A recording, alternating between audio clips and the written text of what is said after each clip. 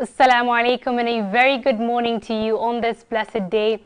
A day full of barakah, may we reap the benefits of the day. Thank you for staying tuned on Horizon TV. I'm Nadia Osman and this is the Muslim Insight, the show that brings you your weekly news recap on happenings across the country. Before we begin, let's take a look at our headlines.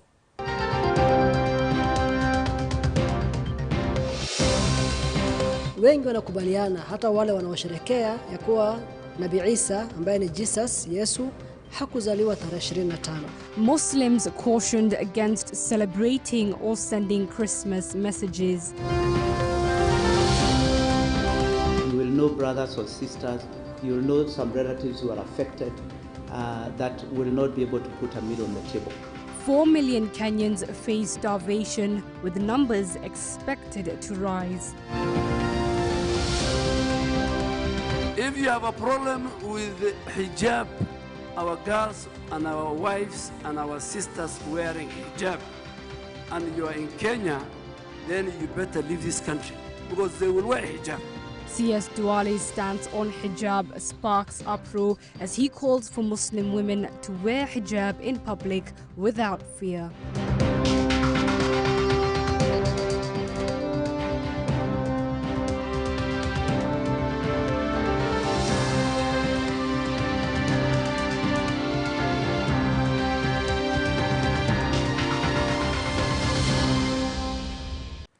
Jamia Mosque Nairobi's Director of Dawah, Sheikh Mohammed Sheikh, has cautioned Muslims against celebrating Christmas, saying it is against the teachings of Islam.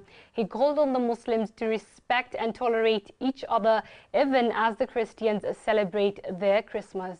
Muislamu anaposhiriki katika sherehe hizi anakuwa anakubaliana kwa namna moja au nyingine na imani hii ambayo kwa wenzetu ni imani na wanaivalue na tunaheshimu na dini yao. Lakini Muislamu ambaye amekubali kuwa mfuasi wa Nabii Muhammad, basi itakuwa ni katika makosa makubwa yeye kuamini au kukubaliana na imani hii ya kuwa Yesu ni Mungu au Yesu ni mwana wa Mungu.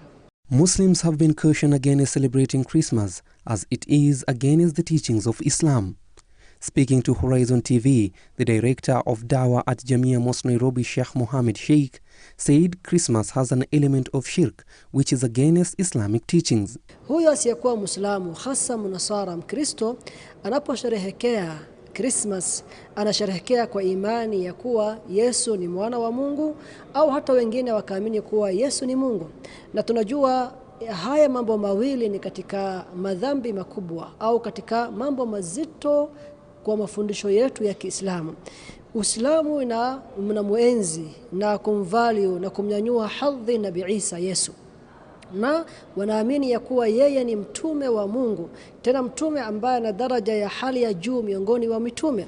Lakini Qur'ani inakataa kabisa kinagaubaga ya kuwa Yesu si mwana wa Mungu na Yesu si Mungu. According to the director of Dawah, Christians believes that God had a child, which is against our beliefs as Muslims, stating that Muslims only have two celebrations, which are Eid al-Fitr and Eid al-Adha. Kwa sababu yale ambayo kwamba hii sherehe ama hizi sherehe zimejengewa, Waislamu wanahisi ya kuwa hazina msingi. Kwa mfano, wengi wanakubaliana hata wale wanaosherehekea ya kuwa Nabii Isa ambaye ni Jesus Yesu hakuzaliwa tarehe 25. He called on Muslims not to be part of the celebrations in any way, including sending Christmas messages, but at the same time respect other faiths and their beliefs. Na katika alama za kusherehekea ni Muislamu kushiriki kwa namna moja au nyingine, imma kuitia nakshi nyumba yake, akanunua ile mti ambayo wanaita Christmas tree, akarembesha nyumba yake. Siku hiyo labda akapikia familia yake chakula ambacho kwamba si cha kawaida, chakula cha sherehe, au hata akatuma salamu za pongezi kwa wale wanaosherehekea. Basi hiyo itakuwa ni kushiriki katika sherehe hizi kwa namna moja au nyingine. On 25th December of every year, Christians celebrate Christmas to mark the birth of Jesus. Sheikh Mohammed Sheikh called upon the reverts to respectfully avoid the celebrations.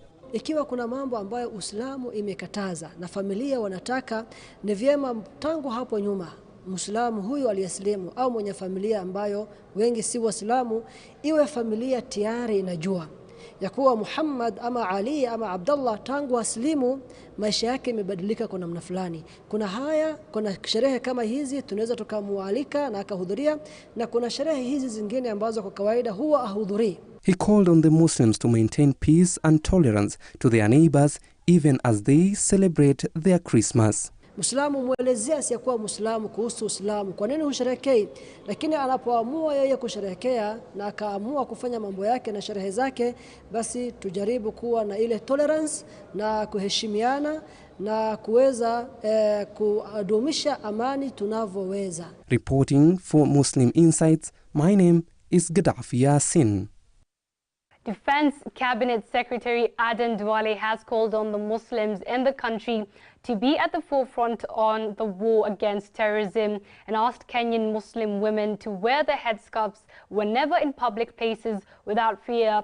Speaking at Sarali Muslim Club, Park Road, Nairobi on Tuesday during the launch of the International Quran competition, the CS said anyone who had a problem with Muslims wearing hijab should find another country. Freedom of religion is shrined and is a principal article in our Constitution. However, it is important as Muslims to exercise that freedom within the tenets and the teachings of Islam. To realize success, Muslims in Kenya should be organized and coordinate to support themselves, the religion, the Ummah, and work with the government on matters of security. Threats of terrorism in our country is real, and Muslim leaders, especially our scholars, should guide the Ummah and speak publicly against violent extremism. We'll work with SUPKEM, and anywhere where the government requires Muslims to sit. Eid al-Ha, Eid al-Fitr will be public holiday. We will respect Muslim culture. We will make sure our girls wear hijab. Yes.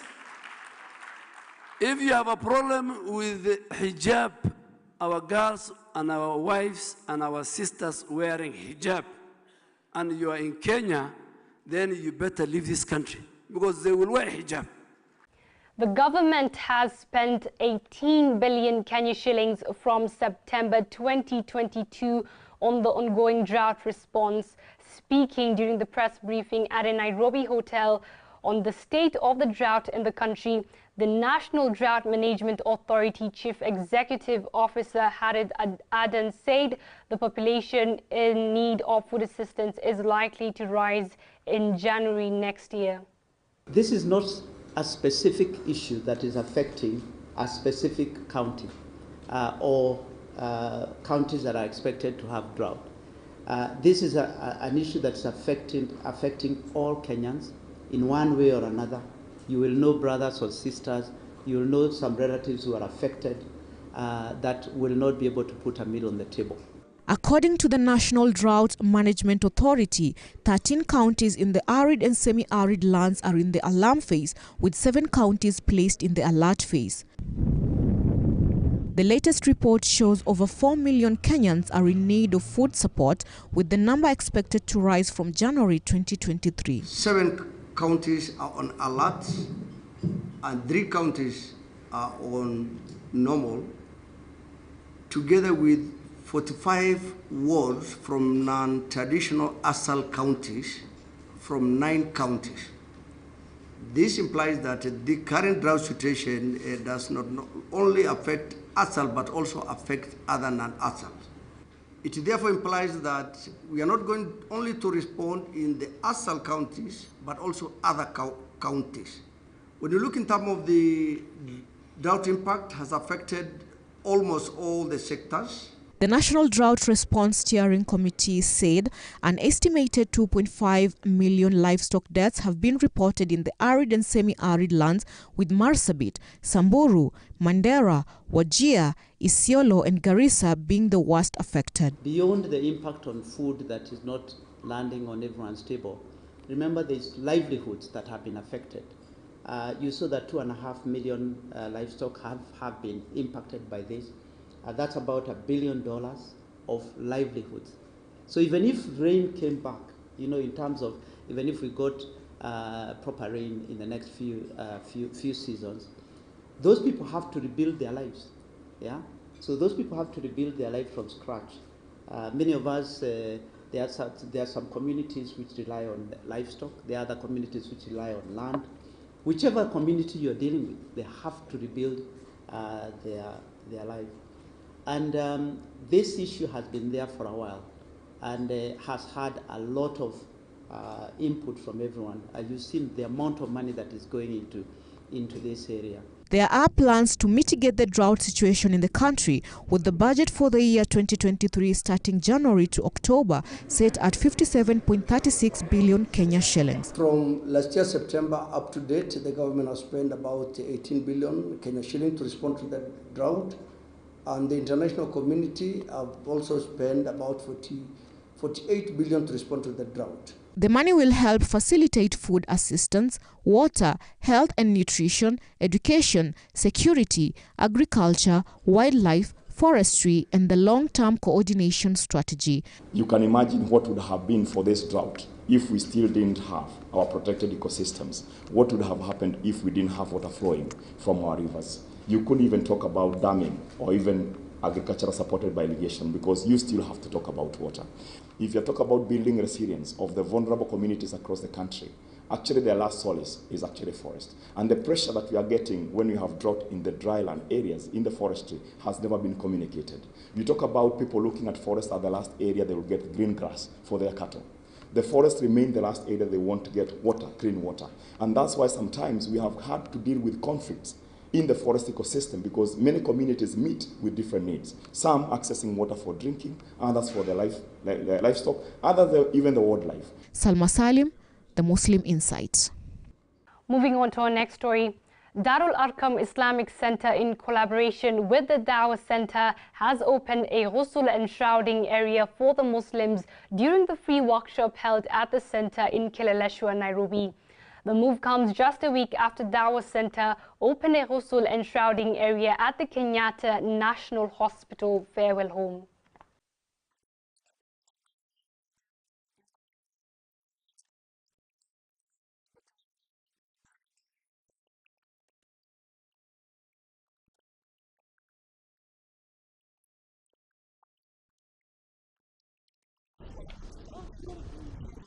Such workshops or gatherings are very important to inform ourselves of the importance of doing the right things in the right way. We know that every human being will test death, and Muslims and Islam as a complete way of life. We have our own ways to do our own things. So just like we know that if a Muslim dies, he or she should be washed and then shrouded and then prayed upon and then buried. So all these four things have to be done in the right manner, in the right way, following the right guidance.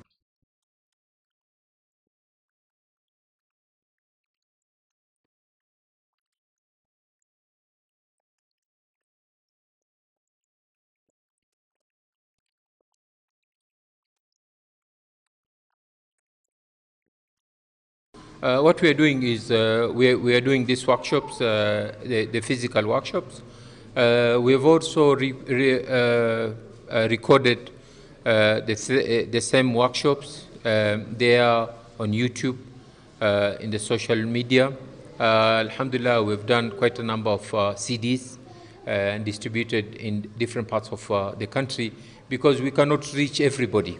But with the new technology, Alhamdulillah, we're able to reach even more people, not only in the country, but also outside.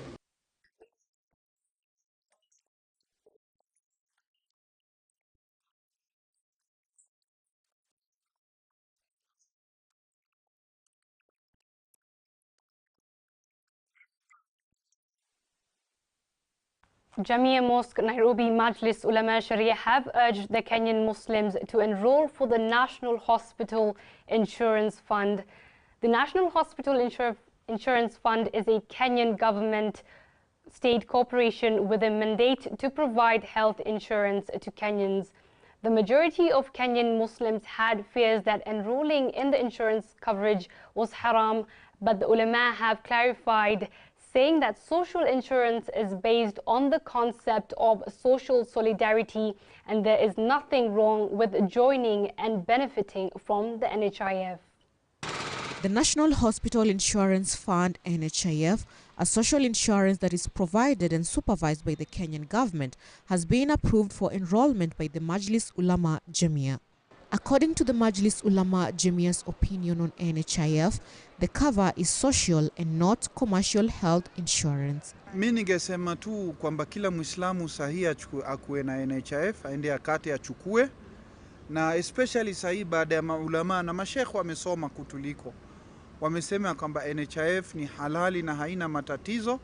Na hawa mashekh, they are not working with the government.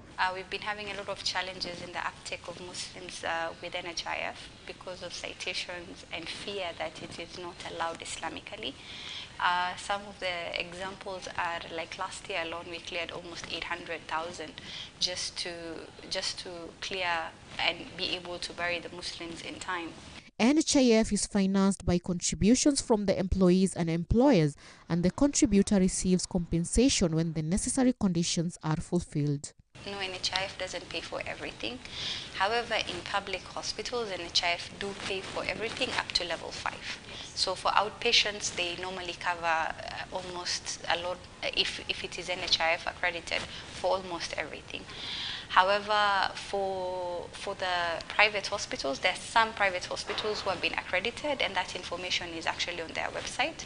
So you can know and which one to sign up to so that you can benefit from it. The Majlis Ulama Jamia states, the aim of social insurance is not to make a profit from the installments paid by the participants. Social insurance is regarded as a kind of care that the state is required to provide for its citizens in the event of sickness.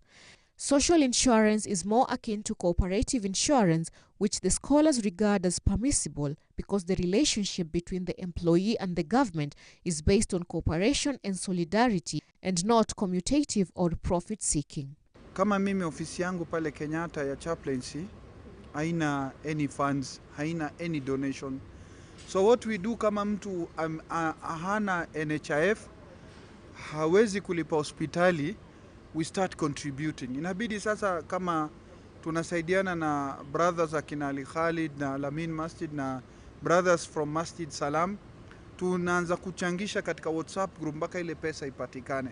And sometimes unakuta inahitaji subra because some of the Muslims wanaona kwamba kila saa nyinyi mnachangisha, lakini uzuri ni kwamba hata ile wakati tunachangisha inaonesha kwamba ile pesa imeingia Kenyatta, imeingia kwa bili ya Kenyatta, bili ya hospitali inatustiri, but still si rahisi kila saa kwenda kwa watu kuomba pesa.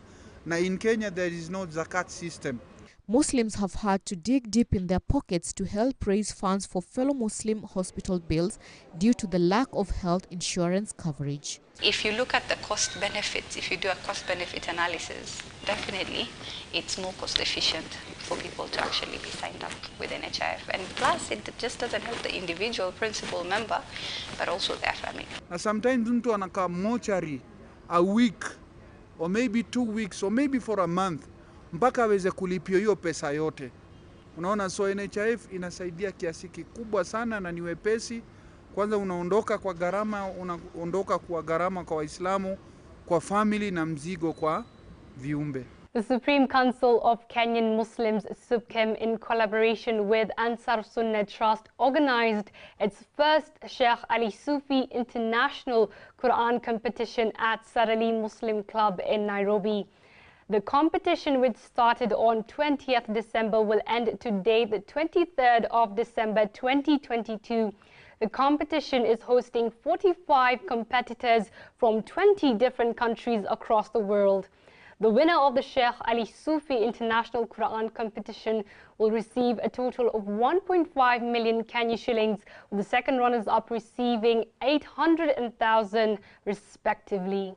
A special thanks actually to our country, this country, Kenya. This great country, which house its citizens and the citizens from the entire world, especially the neighbors. We enjoy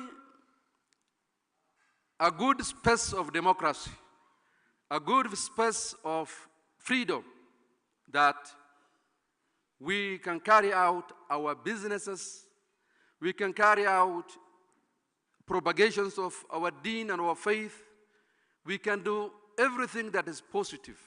For us to succeed, the journey is unity.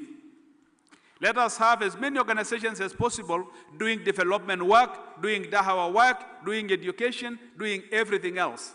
But when we want to have a voice, let us try to coordinate our voice so that it becomes a unified voice for the Muslims in the Republic of Kenya. This event, among many other that I have witnessed in my 20 years political career, is a demonstration of the Muslim leadership, more so SUPKEM, who have worked hand in hand with the Ansar Sunnah Trust and ensured that we are here to celebrate, to recognize, to profile the inauguration of the first session of our father, of our elder.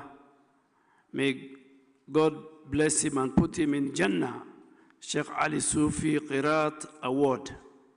We thank him and the organizers for choosing Kenya as part of his favorable destination for importing the Quran recitation skills and knowledge to the growing Muslim population in our country. Moving on to sports, Palestine appeared to beat Israel in the just concluded FIFA World Cup in Qatar after Palestinian flags appeared in abundance on football's biggest stage. Anti-Israel sentiments were high in Qatar's World Cup as a pro-Palestine atmosphere dominated the event, even though the Palestinians had no official presence at the Qatar 2022 World Cup. Israeli journalists were also shunned by the fans who refused to conduct interviews with them. The Palestinian flag was impossible to avoid, flown in the streets, waved in the stadium and placed on the shoulders of some of the football's biggest stars. Morocco's players raised the Palestinian flag on the pitch to celebrate their win against Canada and making it to the round of 16, and again when they scored a historic victory against Spain to qualify for their quarterfinals.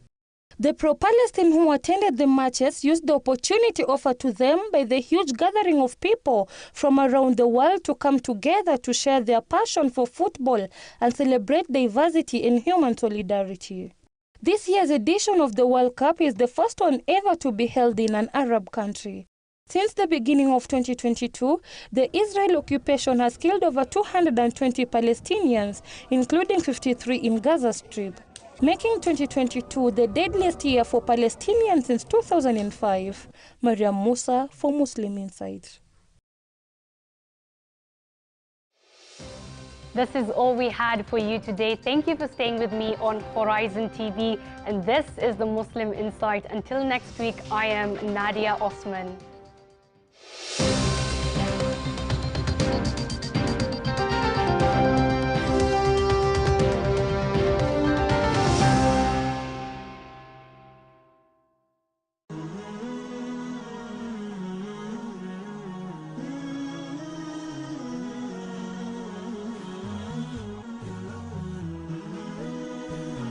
Horizon TV, the beacon for the nation. Uislamu ambao ni maarufu kwetu sisi ni Uislamu ambao ulioletwa na Bwana Mtume sallallahu alaihi wasallam. Ni risala alotuachia mtume wetu mtukufu, yenye kutuongoza kwenye njia ya kumridhisha Muumba na kujenga imani zetu. Na risala hii haikuletwa ila kwa mtume wa mwisho vile vile ambaye ni Mtume Muhammadin sallallahu alaihi wasallam. Ni mirathi ya mitume inayotupa mwelekeo kwenye dini ya Kiislamu. Ungana na Sheikh Saad Ahmed upate kufahamu ujumbe alotuachia mtume wetu sallallahu alaihi wasallam kwenye Horizon TV.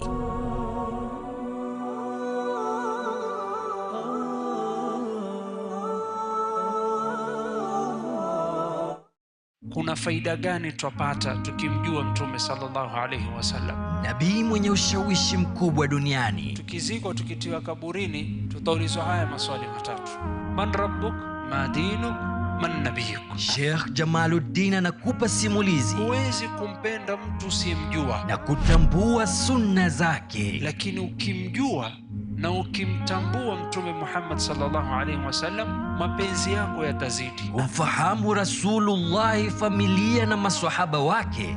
Tazama sira ya mtume kila Jumatatu saa 1 jioni kwenye Horizon TV.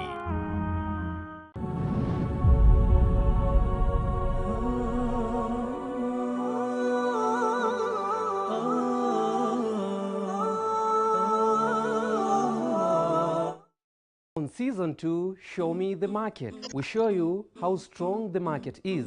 I have to open this thing because kuna manufaa ndani. We show you how sweet the market is. And everybody always said that food, you can never go wrong. And I'm here to tell you, you can go very wrong in food, by the way. Tales of patience. I got a call from an agent. They wanted me to do some graffiti on walls. And alhamdulillah, I was broke. So they told me it's a new brand of alcohol. I stood up, I told them I can't do if it's alcohol. And success in the market. There's a hadith that says, whatever that you do it to your best.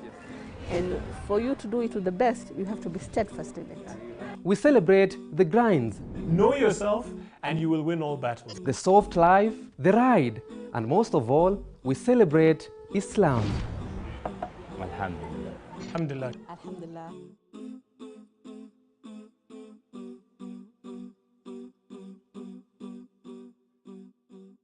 Uislamu ni dini yenye mpangilio ulio kamili na taratibu zake humpa fursa kila mja kuifahamu na kuelewa. Muislamu yoyote lazima achukue jukumu la kuifahamu dini yake, kuanzia kwenye shahada